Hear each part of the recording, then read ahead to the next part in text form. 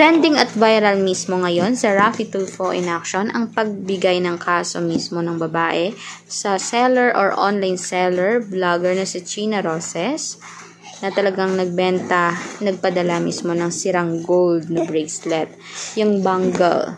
Kaya nga naman maraming mga taong galit sa kanya at marami na rin mismo ang nakipag-ugnayan na dapat hindi porket vlogger at online influencer ay hindi na bibigyan ng pataw ng kaso.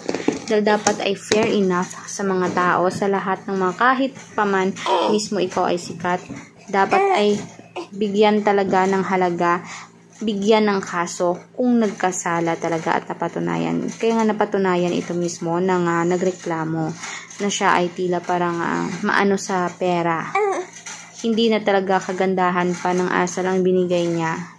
Nagkaroon ng mga threat ang babae at mismo nga paninirang puri sa social media. Porket hindi kinuhang bangle ay nagalit itong si China at alibay pa niya ay nagkasakit siya. May sakit siya ngayon kaya hindi siya makakaharap mismo sa Raffy Tulfo in action sa mga akusa ng babae sa kanya. Ngayon maraming mga netizen nagkaisa na dapat ay makulong siya. Bigyan naman talaga ng parusa. Kayo ba mga kanetizen?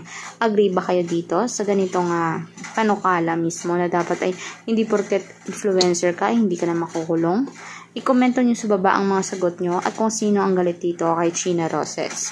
Huwag kalimutan mag-subscribe, i-like at i-share ang ating videos on public. Maraming salamat mga kanetizen.